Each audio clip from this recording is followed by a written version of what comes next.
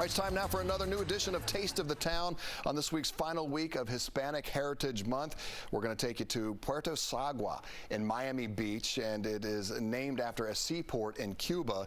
It's one of the oldest family-owned and operated restaurants in South Florida, and here's Lisa Petrillo with more on this Taste of the Town.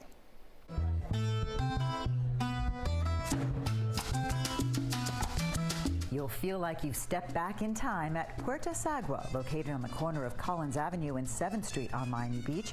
This family-owned business has been here since 1968, says General Manager David Rivero, whose grandfather and father began it all. What to you is the most special thing about that? Well, that in itself is something I hold very dear.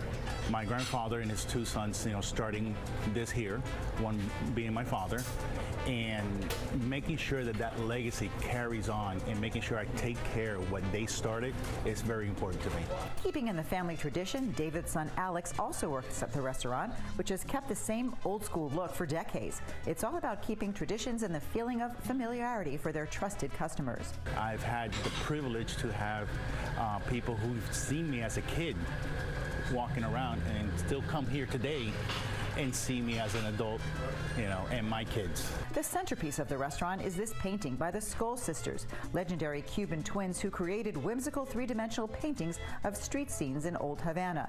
That gentleman here in black, apparently he existed because many customers come in here and says, "Oh, that's so-and-so." The menu is huge. A feast has arrived at our table, beginning with those familiar Cuban sides like the crispy and tender yuca frita and the oversized flat tostones I cannot stop eating. It's a green plantain. You pre-fry them, then you smush them down like this, and you fry them for the second time. This really could be my favorite plantain ever. I love that it's so flat. People love it. They really do. It's just light, and it's crunchy, and it's perfect. Next, paella with slow-cooked rice. Theirs is legendary. Alex describes it. We have lobster, calamari, scallops, clam, oyster, shrimp, and grouper. By the way, and many times I've had paella, when you get the lobster, it's dry. It is not, and there is something about this yellow rice, but it just hits all the right spots. Exactly. It's really good. We end on their classic Vaca Fritta, served with beans and rice. It's slow-cooked beef marinated in lemon, garlic, and salt, served crispy with grilled onions. So delicious, and the onions are the right consistency, because sometimes if they're overcooked, they get too soft enough to just be perfect on top. I'm glad you liked it.